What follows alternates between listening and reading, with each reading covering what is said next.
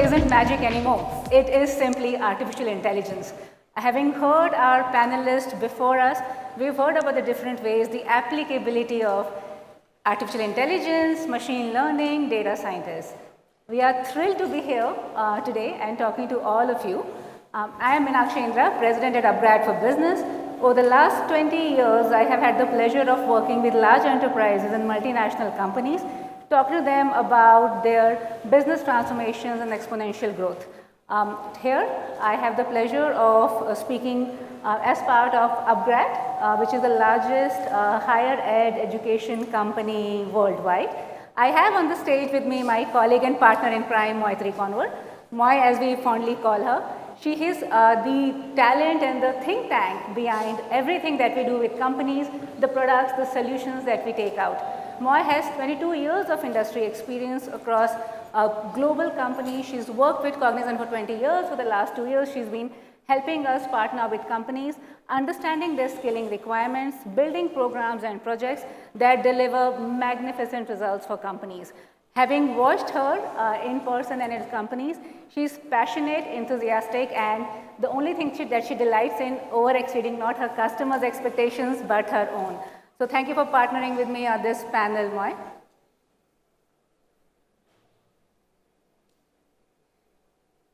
Our topic today is that of talking about a blueprint or a Q-print, if you would, on how we can really use data and its excellence to drive business outcomes. Today, if you look at it, upGrad is a global integrated talent expert delivering outcomes at scale. The reason we call it integrated is we want to talk to how you bring your employees into your organization, how you skill them, how you transform them, how you offer them different career vocations, how you give them different career vocations, and how do you ensure that they deliver the best for themselves, for their teams, and for you. If you look at your screen here, over the last 8 odd years, we've had 5,000 plus hours of content that has been created. We've had PhDs and doctorate candidates, a few of them are sitting in the room here with us, who have created 30,000 hours of thesis content. We believe that bringing this sort of an efficiency to the workforce is what helps us drive this forward.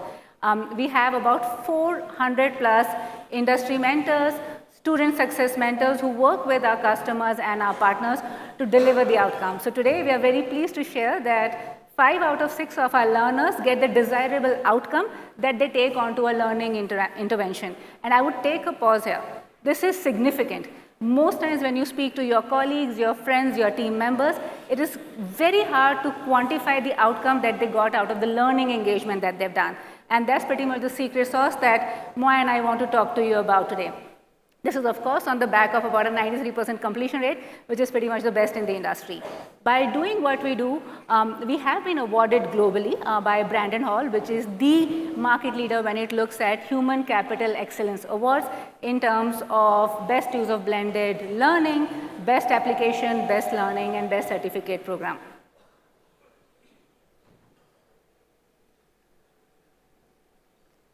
Moving forward towards the topic of the conversation today, because we're talking about data excellence, because we're talking about artificial intelligence, we see a huge conundrum in the market today.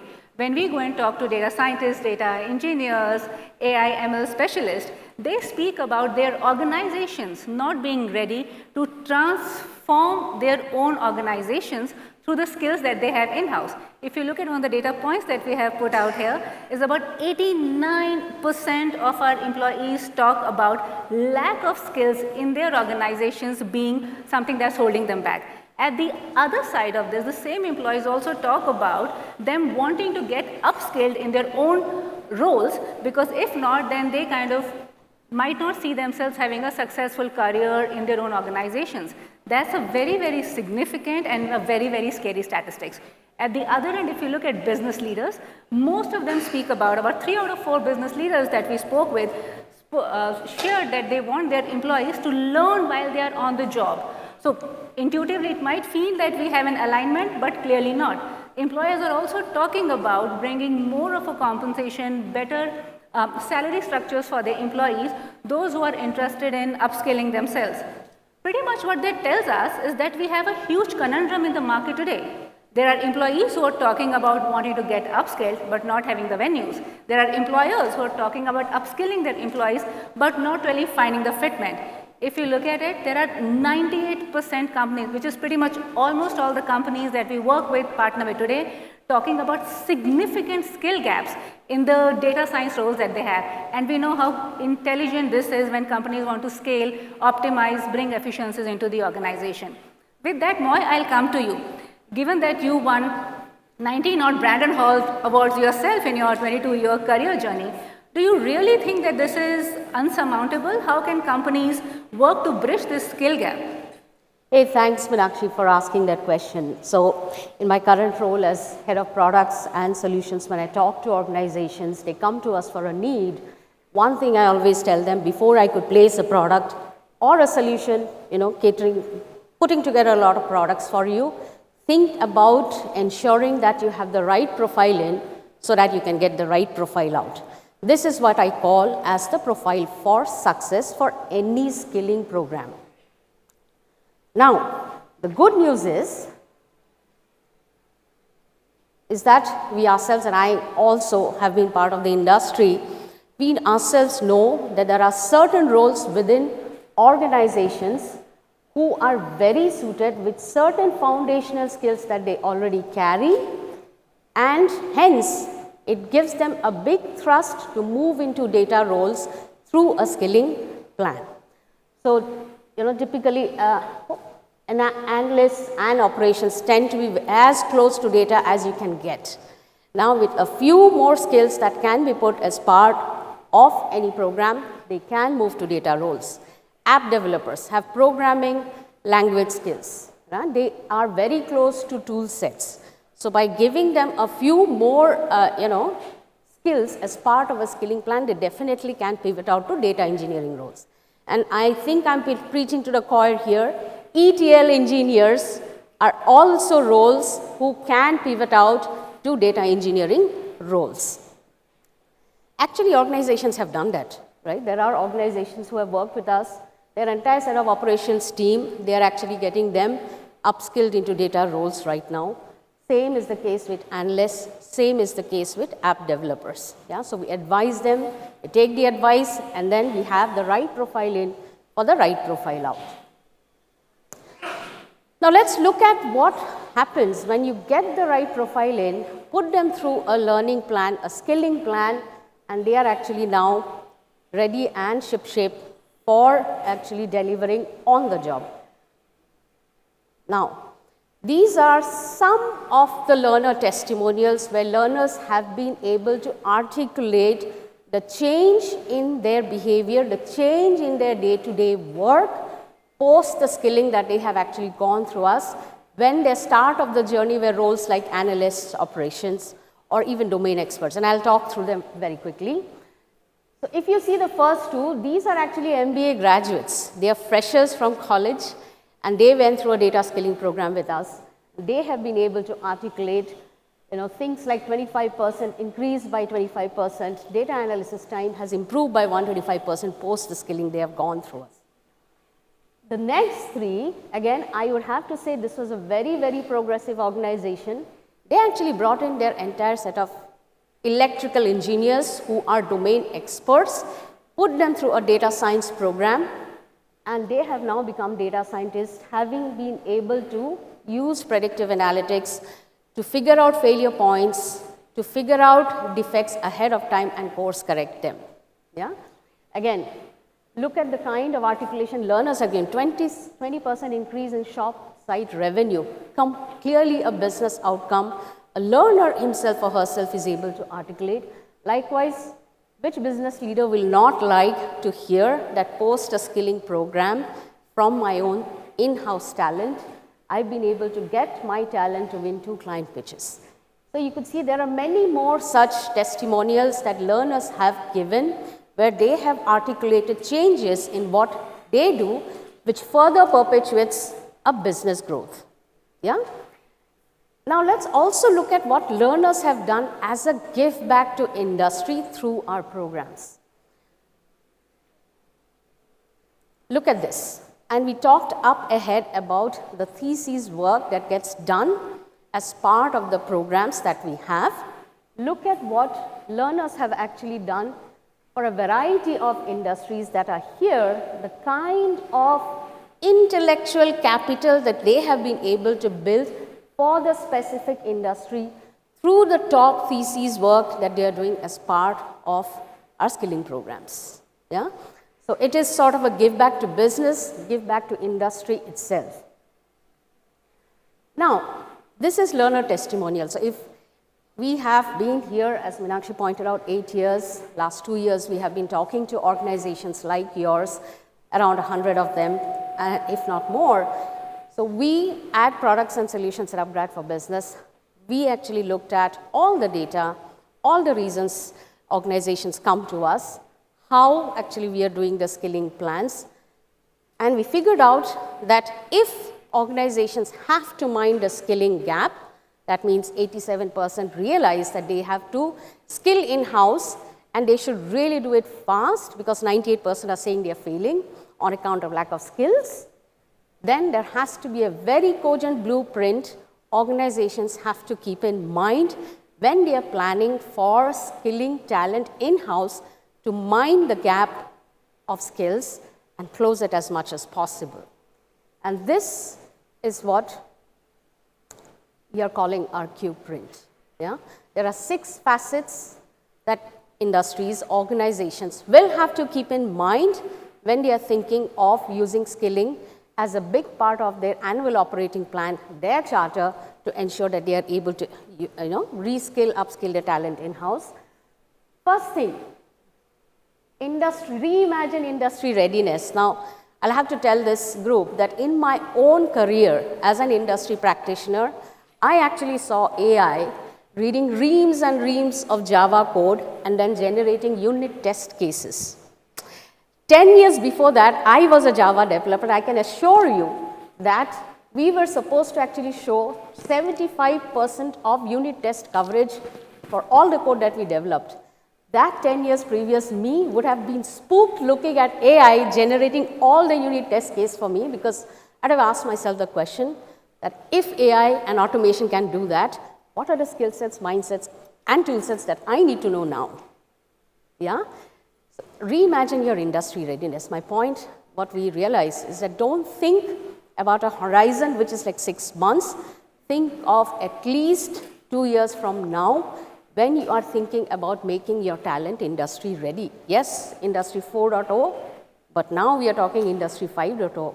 And I think now we are talking metaverse. So yeah, industry readiness has to be rethought about.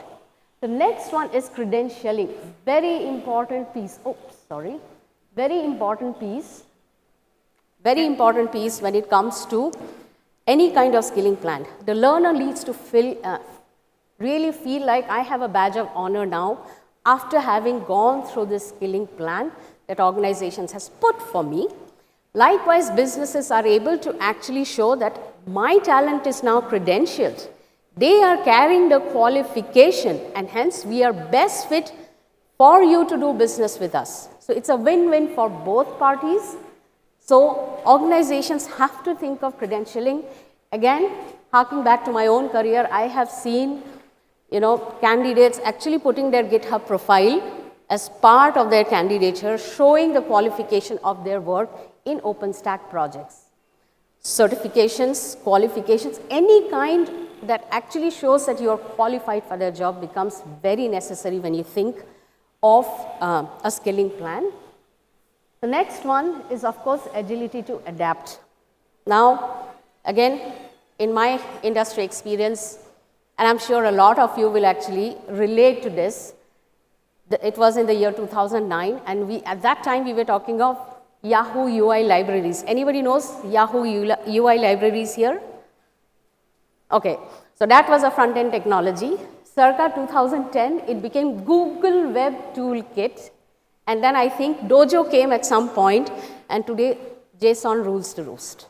Nobody is talking of those technologies, and I have seen it within a span of 3 years. The technology is changing. Technologies will change. Markets will actually ensure that technologies change. There will be skills which will be durable. There will be skills which are not so durable. So you have to ensure that you have a set of flexible skilling plans that sustains the market change over time. Over the 2 years that we are recommending, you should actually think about, and that's the agility to adapt you have to keep in mind. Yeah? Now, in fact, we will talk a lot more about durability and perishability of skills in our tech talk tomorrow. Now let's look at this. I think all of us who have been in the world of product development, we know this very well, that the more customization you fit into your product, the more unstable or more unscalable it becomes. Any skilling plan that you actually think about, really reskilling, upskilling your talent to mind the skilling gap, make sure that it is standardized. Have very standard programs, skilling programs, so that you're able to scale this, right? You're able to scale this and fill that gap. Of course, the next one is to what avail? To what avail? Why are we actually even bothering to do this? That's very important to define. Yeah? Example, increasing, as you saw, the learner saying, 20% shop site revenue, increasing sales through your digital channels. Could be you are actually increasing the pipeline of your product solutions. It can even be that you are actually looking at day zero deployment of your freshers that you have got from universities, putting them through a fresher program, ensuring that your bench cost reduces. Yeah? Could be any of those scenarios, but you have to keep in mind there has to be a business outcome definition. And last but not the least, if there has to be a definition, you have to be fanatic about measurement metrics.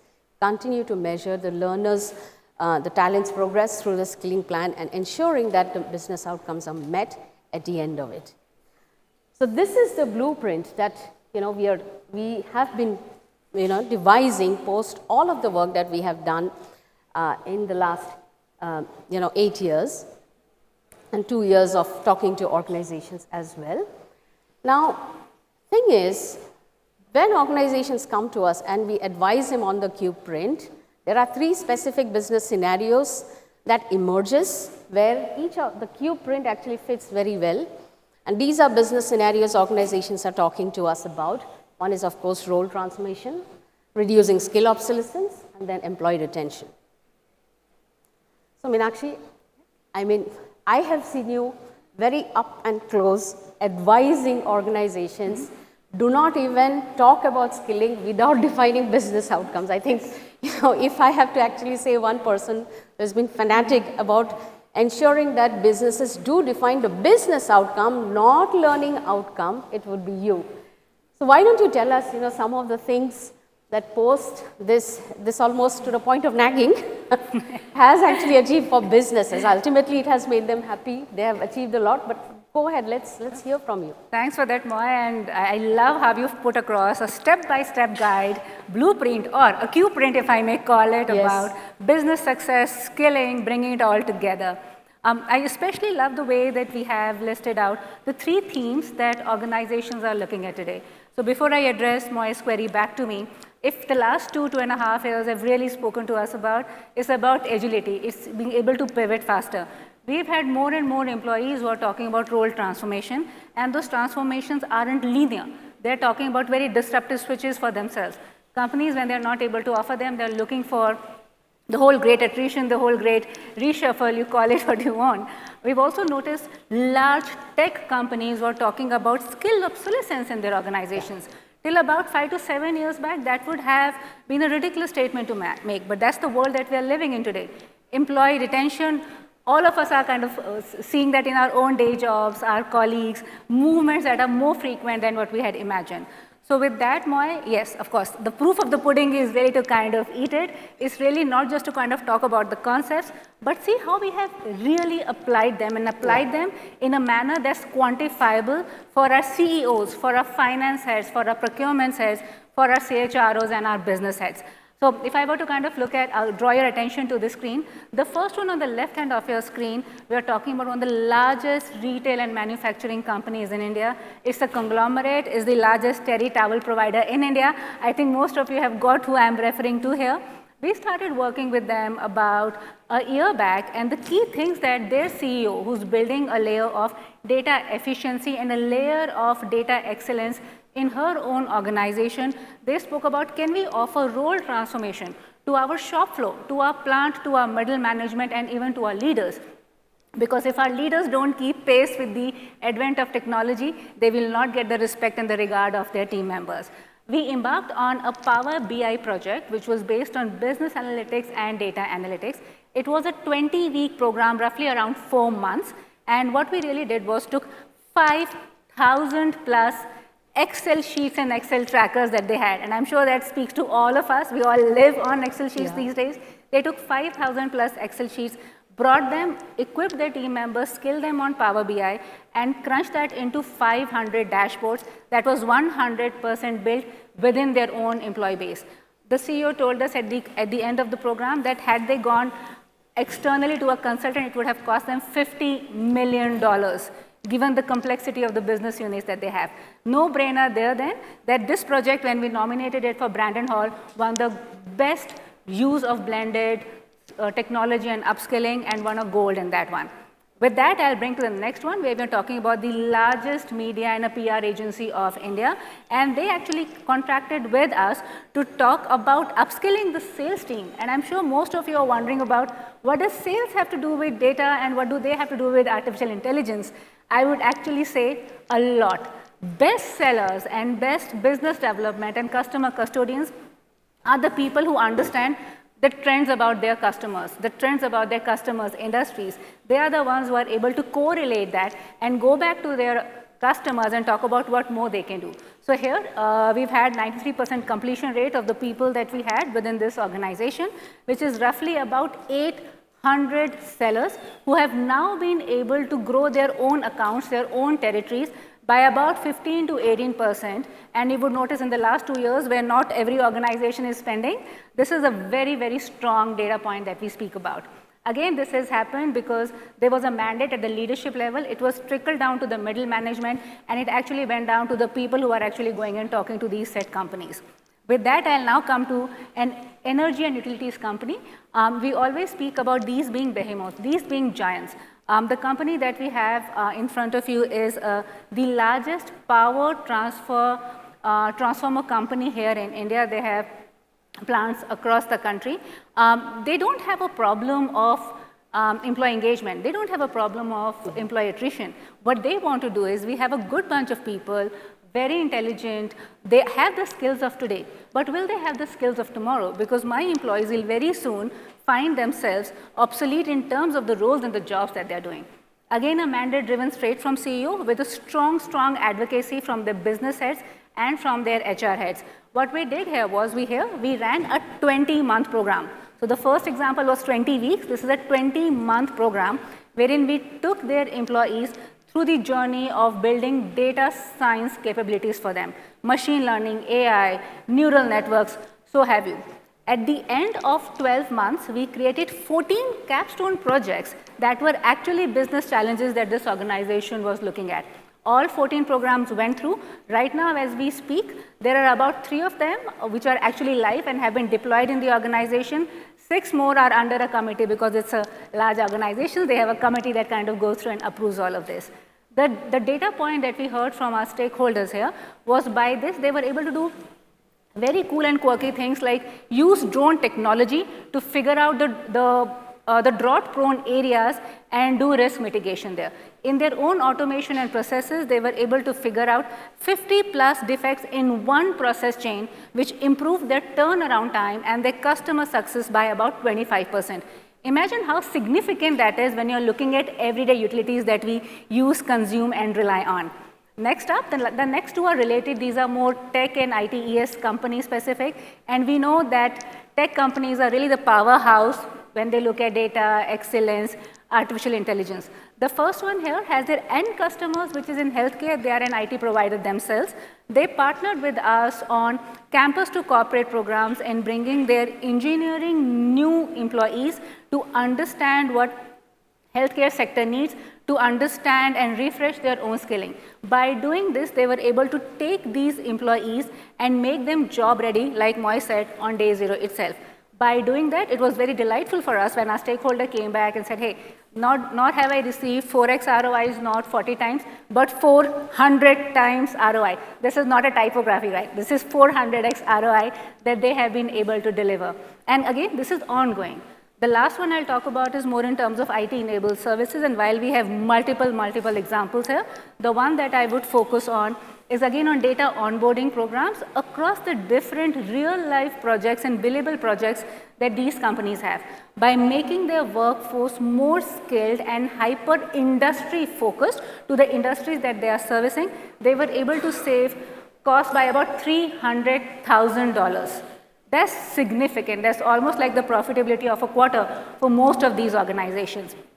In another company, when we ran this program for their middle management succession layer, they came back to us and said that by virtue of an X number of people that they've taken through this program, about 25% of them are already in the planning for their next roles, and this builds a lot more loyalty. So if you look at your screen, there are different aspects of employee retention, role transformation, and mitigating the skill obsolescence that all organizations today are looking at. And it's very intuitive that we've mentioned these because these go from frontline, when you have like day one employees coming into your organization, your middle management, where you're looking at your high performers, whether you're looking at first-time managers, whether you're looking at diversity programs, or very important, whether you're looking at upskilling of your own CTOs, the business unit heads, and the CXO layer. Most organizations are over-indexing on this as well because the sharper our leadership layer, the better our organizations will upscale and move forward. And Moy, before I kind of move forward from this, I also want to talk about these are the programs that have received recognition globally and India, whether it's Brandon Halls or even for the Future Skills Award that happened about 2 months back. Moy, I was really enamored with the way that you have pushed the Q print forward, not the blueprint, and it reminds me that it's a journey.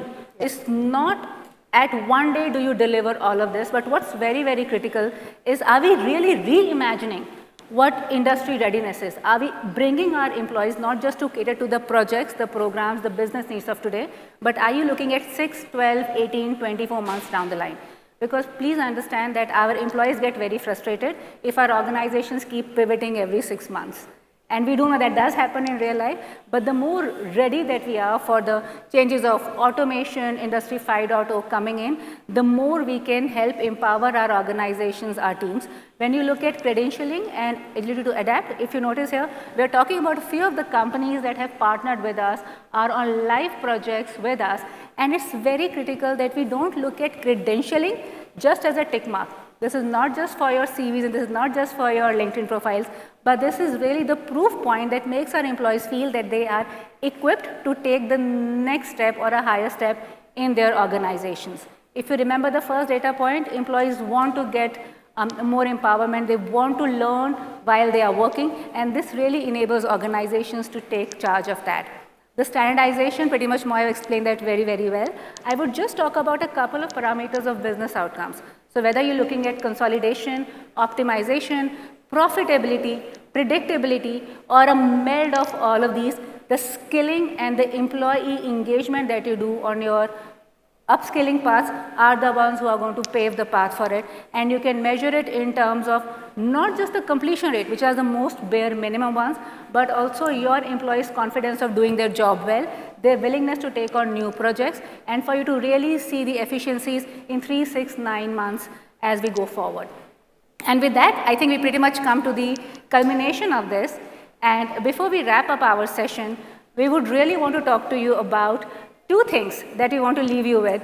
Please go and look at the tech talk that we are doing tomorrow, wherein we are going to demystify what a rock star data scientist profile looks like. You will have data scientists in the room, our partner Tuning Minds, who's going to come and talk about, and I would really urge you not to miss the knowledge talk that we have.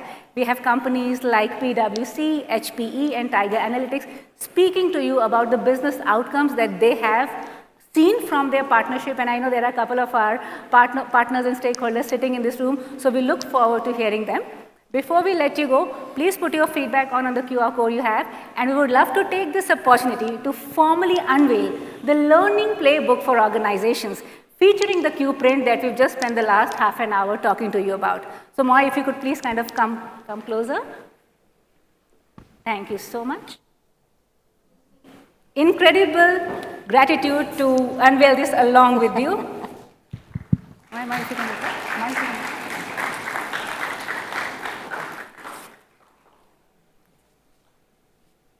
Thank you so much. And there's a copy along with the swag box waiting for all of you who come into our upGrad for Business booth. Thank you so much for listening in, and we're happy to address any questions if you could.